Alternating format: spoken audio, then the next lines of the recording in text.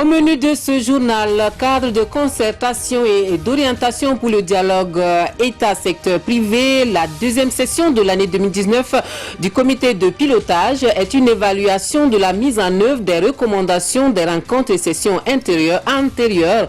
La rencontre permet de prendre de nouveaux engagements. On voit cela dès le début de ce journal. Promotion du genre, les députés veulent faire prendre en compte le rôle et la place de la femme dans les actions gouvernementales. Une série de concertations est ouverte dans ce sens.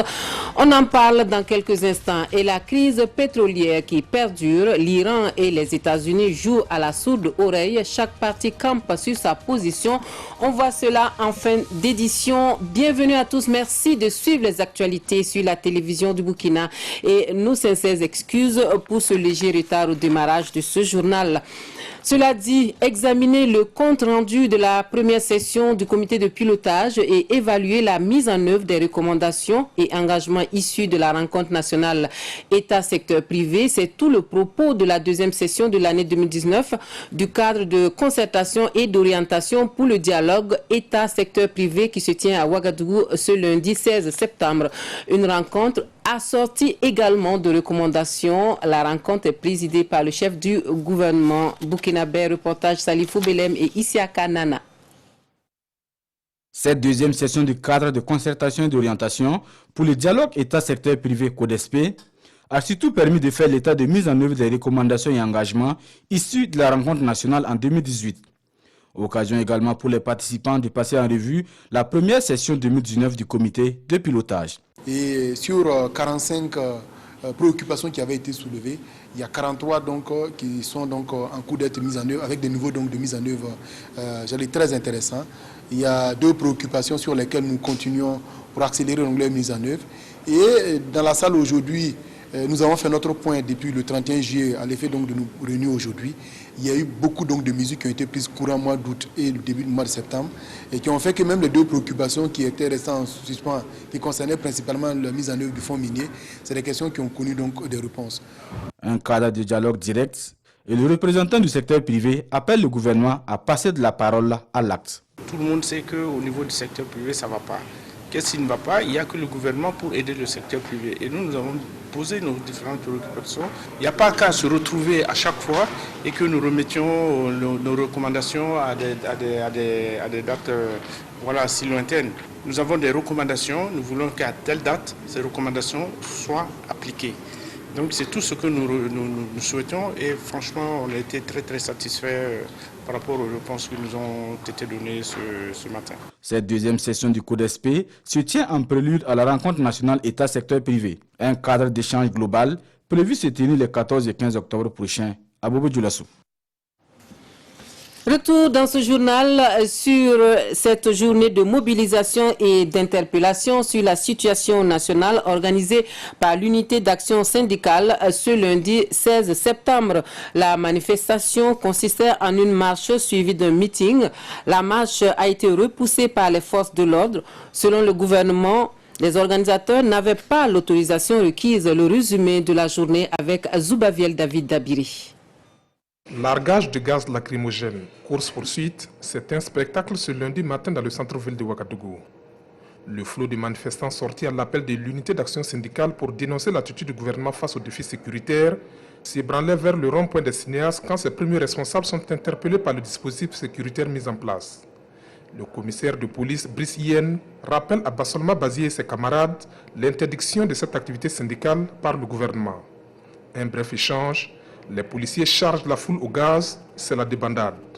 Acculés, ils se réfugient dans l'enceinte de la bourse du travail, entre colère et indignation.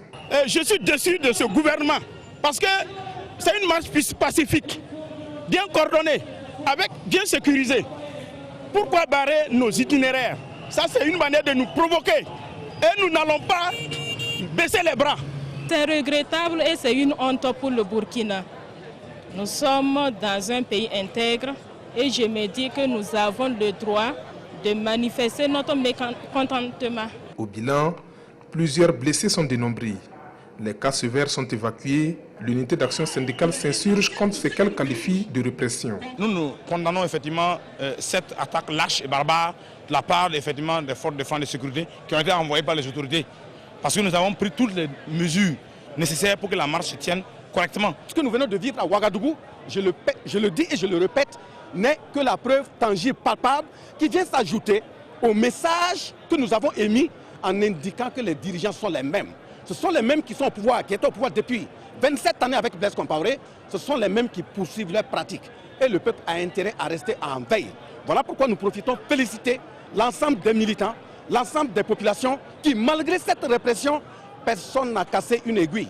C'est ça aussi la maturité d'un peuple. Bassolma Bazi et ses camarades promettent ne pas lâcher prise. Une note sera bientôt adressée au gouvernement et des mots d'ordre seront lancés. Nous suivons à présent la réaction du gouvernement suite à cette marche dispersée à Ouagadougou. Le ministre en charge de l'administration territoriale, dans une déclaration, rappelle que la marche n'était pas autorisée et donne les raisons qui ont prévalu à cette non-autorisation. Siméon Savadougou rappelle que les manifestations publiques, quelle que soit leur nature, sont encadrées par les organisateurs et doivent respecter la loi. Nous écoutons un bout de la réaction du ministre Savadougou. Je leur avais dit que ces manifestations n'avaient pas été autorisées parce qu'il y a eu 2 correspondances qui leur ont été faites. La première correspondance a été faite par le secrétariat général du gouvernement pour donc leur rappeler qu'ils n'ont pas respecté les procédures nécessaires pour obtenir donc l'autorisation de le faire. Également, de l'autre côté, le maire de la ville de Ouagadougou avait informé les autres organisations que la forme et quelque part de la forme de leur manifestation et donc fait que cela ne pouvait pas être autorisé. Tout compte fait, l'ensemble de ces activités n'ont pas été autorisées par l'autorité publique. Et je leur ai dit, quand je les ai reçus, qu'il y a plusieurs fois, ils ont demandé, ils ont fait des lettres d'information pour recueillir l'avis de l'autorité publique.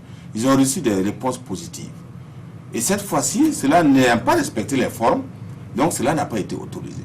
Et par conséquent, ils devaient respecter la loi, parce que c'est cette même loi-là qui leur accorde la possibilité de pouvoir marcher et de faire des meetings. Et plusieurs fois ça a été accordé. Cette fois-ci, ça n'a pas été accordé. Donc, je leur disais avec fermeté au nom du gouvernement qu'il ne sied pas pour eux de maintenir la manifestation. Malheureusement, nous avons constaté ce matin des attroupements au niveau de la Bourse du Travail et des velléités de marche qui ont été tentées par ces organisations syndicales et certains nombres d'organisations de la société civile. Évidemment, force doit rester à la loi. C'est la raison pour laquelle les forces de défense, les forces de sécurité, garants de l'ordre public, ont dû agir pour empêcher que la loi ne soit enfreinte. Parce que c'est ça le problème. Et comme je le rappelais ici, si c'est respecté, il n'y a pas de problème. On leur a déjà donné des autorisations. Cette fois-ci, croiser le bras de fer avec la loi, avec les forces de l'ordre, n'était pas une très belle idée. Et je leur avais rappelé ça lorsque je leur avais rencontré ici. Parce que je leur avais dit que le gouvernement prendrait effectivement ses responsabilités. Propos recueillis par Pascal Canet. Autre actualité, la question genre au centre d'une série de concertations entre les parlementaires et les différents départements ministériels. Ce sont les députés membres de la commission genre des affaires et de la santé qui passent des affaires sociales et de la santé qui passent au peigne fin les actions de ces départements point par point. L'exercice a pour but de pousser à une prise en compte du rôle et de la place de la femme dans les actions de développement. C'est le ministère en charge de l'économie qui ouvre le bal pour les échanges. Le point avec Moussa Ouedraogo et Nyarki Teda. Après le renforcement des capacités la semaine écoulée, les parlementaires membres de la commission en charge du genre, des affaires sociales et de la santé de l'Assemblée nationale passent à une autre étape. Il s'agit pour ces députés d'écouter et d'échanger avec une dizaine de ministères, des départements ministériels dont les questions genre sont très importantes. Ce matin, nous allons rencontrer une délégation du ministère de l'économie et des finances pour discuter et voir si dans le budget 2020, la problématique genre a été prise en compte et jusqu'à quel niveau. Et nous allons analyser ensemble et voir qu'est-ce qui peut être amélioré pour que la politique nationale genre qui a été adoptée depuis 2009 puisse avoir des résultats tangibles au niveau de notre population. Devant les parlementaires membres de la commission genre, le ministère en charge de l'économie et des finances va présenter toutes les implications relatives au processus d'élaboration du budget. La question du genre a été mise au cœur du processus. Nous avons vraiment travaillé à prendre en compte la question du genre. Le programme budgétaire pilotage du développement assure la programmation et le suivi de plusieurs projets de développement, tels que le programme de développement des économies locales. Et nous avons donc travaillé à ce que ces projets-là soient élargis aux femmes. Le but de cet exercice est de parvenir à des recommandations dont la mise en œuvre va permettre de réduire considérablement les inégalités. Pour y arriver, l'Assemblée nationale bénéficie du soutien du Centre parlementaire canadien qui entend renforcer au mieux les capacités des élus nationaux. La ministre de la Santé, elle, s'imprègne des conditions de travail au sein de la centrale d'achat des médicaments génériques et des consommables médicaux.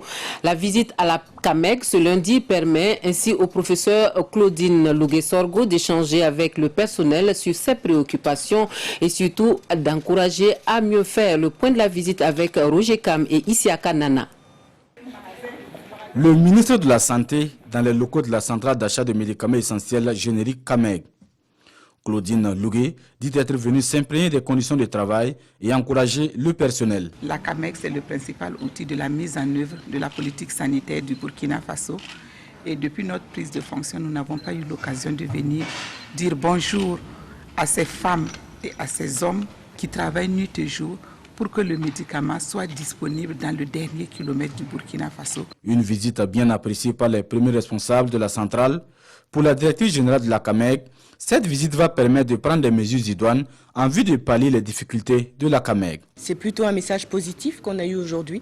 On a discuté de toutes les difficultés en cours et de comment trouver les voies et moyens pour les résoudre. Donc je pense qu'on peut être rassuré qu'aujourd'hui, le ministère tout entier, la CAMEG aux côtés du ministère, s'engage à ce que les médicaments soient disponibles et accessibles financièrement et géographiquement sur toute l'étendue du territoire pour que plus aucun Burkinabé ne puisse aujourd'hui pas disposer de médicaments de qualité pour se soigner, quel que soit l'endroit où il soit. Faire de la santé pour tous une réalité au Burkina, c'est donc la vision de la CAMEG, une institution qui ambitionne devenir une centrale d'achat de médicaments de référence en Afrique d'ici à l'horizon 2025.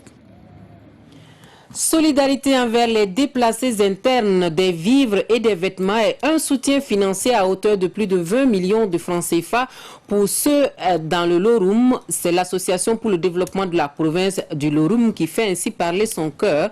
La remise a eu lieu à Titao en présence de Alain Alidou Sawadogo. 2 millions de francs CFA, des vivres et des non-vivres. C'est le geste de l'Association pour le développement de la province du Loroum ADPL pour soutenir les déplacés internes dans la province. À ce jour, la cité d'Ifakocher a accueilli plus de 20 000 déplacés internes suite à la crise sécuritaire que connaît le nord du pays. Et ce dont vient à point nommé, selon les responsables du Conseil provincial de secours d'urgence, COPROSUR. C'est un acte de solidarité, c'est un acte d'amour. Et c'est ce que vraiment le développement doit refléter. Non seulement les acteurs étatiques, mais les acteurs aussi de la société civile pour permettre vraiment d'atteindre un développement durable. Je reste convaincu que nous allions vraiment arriver à bout de ce phénomène et ensemble encore avec la DPL, nous allons voir comment nous pouvons initier des actions durables pour le développement de cette belle province que nous aimons tant. La DPL, à travers une déclaration, s'engage à œuvrer davantage pour accompagner les autorités du pays et les partenaires dans la lutte contre l'insécurité, pour vaincre la crise au Lorum. La situation est à son paroxysme, avec les ultimatums lancés par les terroristes à des populations entières de libérer leurs villages avec un suivi rigoureux du respect de leurs instructions. Aux autorités nationales, les populations du Lorum attendent des actions fortes pour les conforter dans leur croyance en une nation protectrice de ses enfants et leur redonner confiance à l'avenir. Le déplacement des populations menacées par l'insécurité se poursuit dans certains villages et communes de la région. L'ADPL est une association qui regroupe les fils et filles ressortissants du Lorum. Ici est de 2 millions de francs CFA. Suite de ce journal, la mission FASO rend compte de sa mission de veille et de contrôle citoyen sur le droit à l'eau et à l'assainissement dans la boucle du Moun. L'exercice de redevabilité qui a lieu à Ouagadougou est un cadre pour un plaidoyer au plan national. On voit cela avec Issa Kafando et Jérôme Tendano. Après une année de travaux et de recherche, l'heure est au bilan pour ce comité de veille et de contrôle citoyen de Dédougou et de Nouna. Composé de 15 associations et organisations de la société civile OSC, ils sont formés sur les techniques de veille et de contrôle citoyen en plaidoyer et négociation, puis sur l'approche fondée sur les droits humains en eau et assainissement. L'initiative est de la mission FASO. C'est plus d'1 millier d'acteurs du secteur qui ont été formés sur l'approche fondée sur les droits humains et qui ont pris des engagements, et nous avons la possibilité de suivre aujourd'hui la mise en œuvre de ces engagements. Le projet vient parachever ce que le gouvernement a entrepris, et c'est dans le cadre d'une collaboration comme ça qu'on arrive vraiment aux résultats. Les résultats de ces travaux sont satisfaisants. Cependant, des difficultés sont à noter. La première difficulté, c'est le peu de considération qui est accordé aux OSC. L'autre difficulté importante, c'est que les populations accordent toujours peu d'importance à l'utilisation des latrines. Et on observe également que les responsables sectoriels, que ce soit du domaine de l'éducation, de la santé ou même de l'assainissement, accordent peu d'intérêt aux visites de contrôle de l'hygiène publique dans les marchés, dans les centres de santé, dans les écoles, et même au niveau des ménages. Et aujourd'hui, le plus grand appel qu'on peut faire, c'est réellement que toutes ces autorités qui sont en charge des questions d'hygiène et d'assainissement puissent prendre leur bâton de pèlerin et faire en sorte qu'il existe les latrines et que les règles d'hygiène publique soient observées. Des recommandations sont faites au cours de cet atelier, à savoir informer et sensibiliser pour un changement de comportement sur l'utilisation des toilettes dans les ménages et lieux publics, renforcer la collaboration intersectorielle pour la promotion de l'hygiène, assainissement et accès à l'eau potable, enfin, renforcer le dialogue et l'implication des OSC dans les initiatives en lien avec le secteur eau et assainissement. En agriculture, l'expérience du Burkina Faso sur la prise en compte de la neutralité en matière de dégradation des terres dans les politiques agricoles inspire dans la sous-région. Un atelier de partage réuni depuis ce lundi 16 septembre à Ouagadougou des acteurs de l'agriculture venus du Niger, du Sénégal et du Burkina Faso. Ils vont s'imprégner des cibles et des mesures en la matière. Nous suivons l'ouverture des travaux avec Alidou Badini et Aimé Solange Digma. À cet atelier, ces acteurs du monde agricole venus du Niger, du Sénégal et du Burkina sont appelés à examiner les cibles et les mesures en matière de dégradation des terres dans les régions du Burkina et à partager l'expérience du Burkina à la matière. Cet exercice vise à appuyer les efforts des producteurs dans la défense et la restauration des sols, l'amélioration de leur fertilité et la reconstitution du couvert végétal. On a appelé le NDT la neutralité des terres, c'est-à-dire faire de telle sorte que ce qu'on a perdu comme dégradation, ça puisse revenir. Donc on a demandé à chaque pays d'entreprendre un certain nombre d'actions pour cela. Et le Burkina Faso est déjà assez avancé sur ce processus-là. Et c'est ça que nous voulons présenter aujourd'hui pour que les pays qui sont invités puissent prendre connaissance de où nous en sommes par rapport à ce processus-là. Ce cadre d'échange s'inscrit dans le cadre du projet de gestion des ressources naturelles du projet NER-Tamba, financé par le Fonds international de développement agricole. Il a entre autres pour objectif d'améliorer la sécurité alimentaire des petits producteurs et d'accroître leurs revenus à travers l'aménagement et la mise en valeur des bas-fonds et des périmètres maraîchers. Et dans la lutte contre la dégradation de la couche d'ozone, les acteurs veulent impliquer les journalistes dans le combat quotidien pour l'élimination du gaz à effet de serre.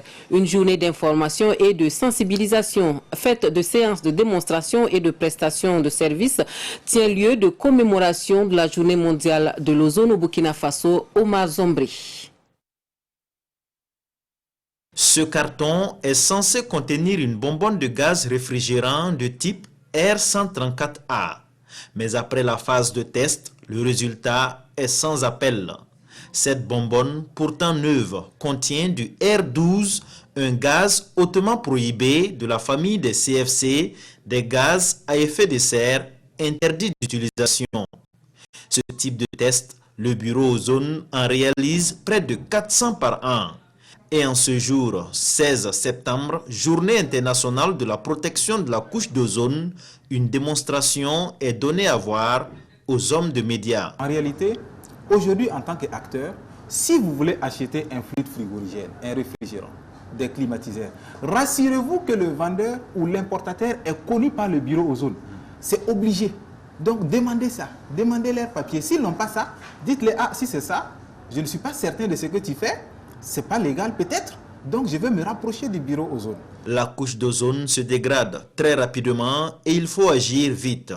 Pour cela, il est demandé l'implication de tous, des importateurs de gaz réfrigérant aux utilisateurs. Il faut un contrôle tous azimuts et le dispositif est là. Mais tant que les différents acteurs ne sont pas formés, tant qu'ils ne savent pas exactement qu'est-ce qu'il faut laisser rentrer, qu'est-ce qu'il faut interdire, c'est difficile. Et raison pour laquelle le bureau Ozone invite tout un chacun à passer au bureau Ozone pour voir de visu ce qu'il faut et ce qu'il ne faut pas. Pour ceux qui souhaitent faire vérifier la nature des gaz réfrigérants, les responsables du bureau Ozone de Ouagadougou rassurent de leur disponibilité. Quant aux analyses, elles sont entièrement gratuites.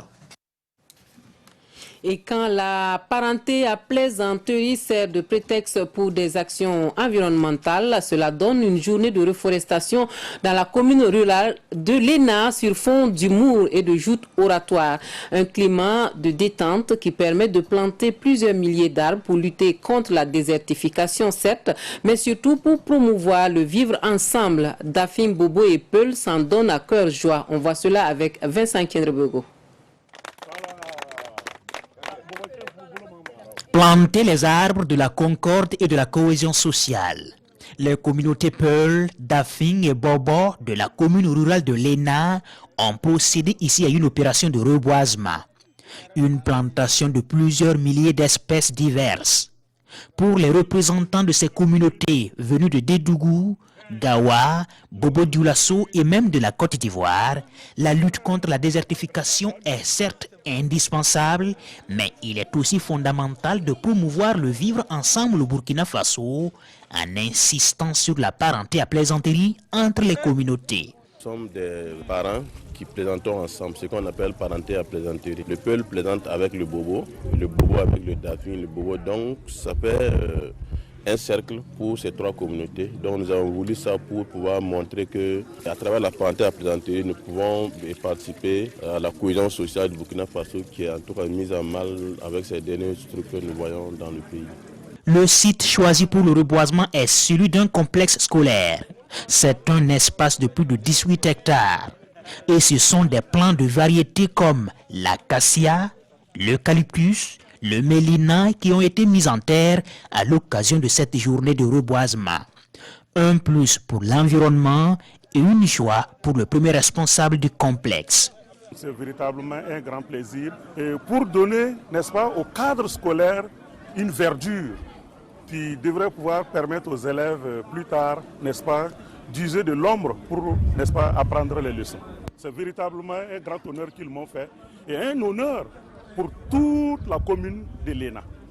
L'association Peul, Dafing, Bobo s'amuse est un regroupement de plusieurs centaines de personnes installées au Burkina et dans la sous-région.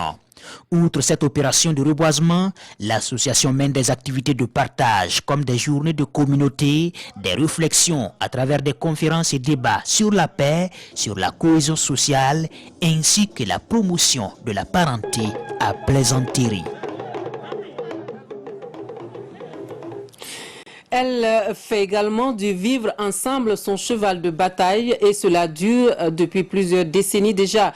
Elle, c'est l'Union fraternelle des croyants de Dori, l'UFC plus que jamais déterminée à impliquer la jeunesse dans cette quête du vivre ensemble et la prévention de la radicalisation et de la lutte contre l'extrémisme violent, une rencontre d'information et de sensibilisation de la jeunesse burkinabé sur la paix et la cohésion sociale réunit les jeunes de tout le pays à Ouagadougou. Jérôme Tendano. Prier pour la protection, la paix et la cohésion sociale. C'est ce qui réunit ici prêtres, imams et jeunes de l'Union fraternelle des croyants de Dori, UFC. Tous s'engagent dans des actions d'information et de sensibilisation de la jeunesse burkinabé à travers le dialogue interreligieux et interculturel. On souhaite que les jeunes soient comme ceux qui vont provoquer la cohésion sociale par cercle concentrique et gagner d'autres jeunes, gagner le pays et ainsi créer des conditions favorables à la paix, à l'entente, à l'amitié et à la collaboration. Du fait de l'insécurité, de la violence que nous vivons, effectivement, il est bon de revisiter les bases sociales, le fondement de nos religions, de nos traditions, de nos cultures pour encore booster le vivre ensemble des Andins qui étaient connus pour le Burkina Faso. Contribuer au renforcement de la cohésion sociale par la mobilisation des jeunes comme acteurs de paix, c'est tout l'enjeu de cette conférence. Une initiative encouragée par le gouvernement burkinabé. Les actions qu'il pose ici, ce sont des actions qui sont de nature à promouvoir la paix. Et comme vous le savez, tant qu'il n'y a pas de paix, il n'y a pas de développement. C'est ce que nous sommes venus apporter ce matin et surtout les encourager, les féliciter et leur dire que nous sommes avec eux. Organisation interconfessionnelle, l'UFC se fixe pour mission de promouvoir le développement intégral de l'homme à travers la culture de la tolérance et du dialogue interreligieux. Elle fait de la préservation de la cohésion sociale son cheval de bataille. Et puis un concours de slam en live pour permettre à la jeunesse d'occuper sainement ses vacances. C'est une idée de la radio Arc-en-Ciel. Le concours est à sa deuxième édition. Nous suivons ici la première demi-finale avec Jérôme Tendano. Je ne suis pas un beau parleur, mais un haut parleur. Je ne suis pas un charmeur, mais un slameur. Je ne suis pas un mercenaire, mais un missionnaire, visionnaire qui persévère et perce le cœur à travers ses vers pour les rendre moins sévères. 3 minutes. C'est le temps accordé à ces candidats de la première demi-finale du concours Slam en live pour convaincre le jury. En s'inspirant du thème « Hommage au père », chacun des 5 candidats en compétition trempe fort sa plume pour obtenir une place en finale. Pour les manches passées, le niveau n'était pas à ce niveau, n'avait pas atteint, le niveau n'était pas véritablement de taille. Mais ce soir, bon, peut-être qu'avec les remarques et tout ce qu'on a pu leur donner comme conseil, on a vu qu'il y a du travail qui a été abattu quand même. Ce soir, en tout cas, on est un peu content par rapport au niveau, par rapport au rendu, tout ce qu'on a pu constater. Le niveau, je peux dire ça va, mais il peut mieux faire. En attendant la deuxième demi-finale, les candidats ne connaîtront que les moyennes qu'ils ont obtenues à l'issue de cette manche. Slam en live est à sa deuxième édition qui a pour thème jeunesse et patriotisme. Cette édition vise à inculquer à la jeunesse l'amour pour la patrie. Actualité hors du Burkina, attaque contre le pétrole saoudien. L'Iran ne change pas de cap. Après les attaques aux drones contre les installations pétrolières de l'Arabie saoudite, les États-Unis soufflent le chaud et le froid concernant d'éventuelles représailles contre l'Iran, tandis que les dirigeants iraniens rejettent catégoriquement l'idée de toute négociation avec la Maison-Blanche. Jusqu'où ira la hausse des prix du pétrole après l'attaque contre des installations pétrolières du géant saoudien Aramco? L'Arabie saoudite, premier fournisseur de pétrole au monde, voit sa production chuter de moitié, ce qui correspond à environ 5% de l'offre mondiale. En fin de matinée, le prix des cours bondissait de 10% à Londres et même de 20% à l'ouverture. La hausse était de 8% à New York. Toute réduction des exportations saoudiennes entraînera une augmentation substantielle du prix du baril de brut. Si une nouvelle attaque se produit, c'est-à-dire si l'Arabie saoudite répare ses installations de pétrole et qu'elles sont de nouveau touchées, je pense que le prix du pétrole brut peut atteindre la barre des $100 le baril.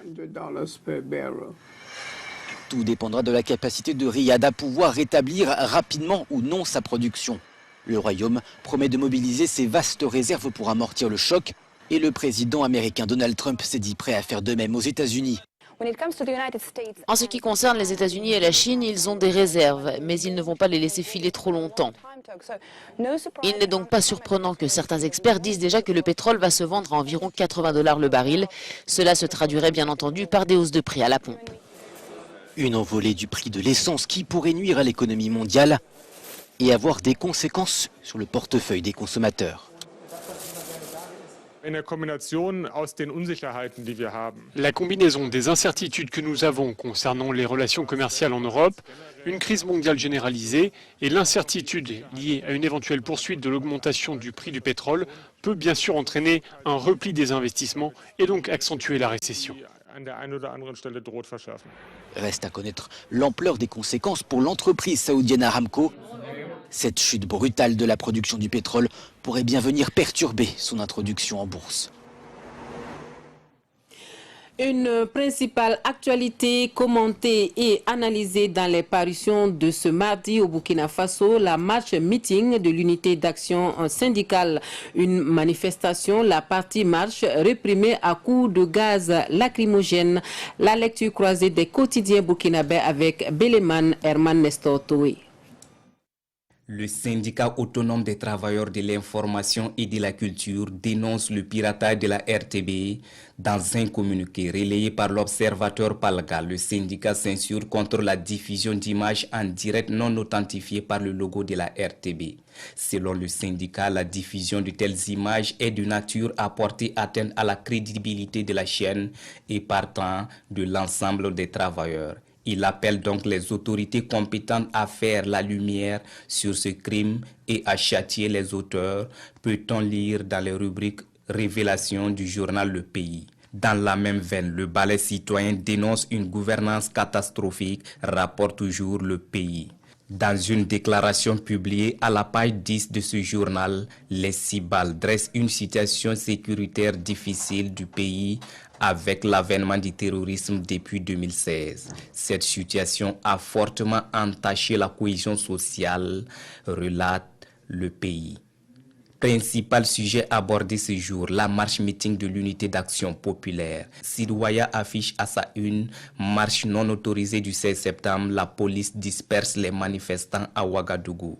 Le journal de tous les Burkinabés souligne que la manifestation ne s'est pas déroulée comme prévu dans la capitale burkinabé. Pour cause, la police a dispersé à coups de gaz lacrymogène les participants à cette marche jugée légale par les organisateurs. Le journal relaie la conversation entre le responsable de l'unité d'intervention et Bassolma Bazier, porte-parole de l'unité d'action syndicale, sur l'interdiction de la marche.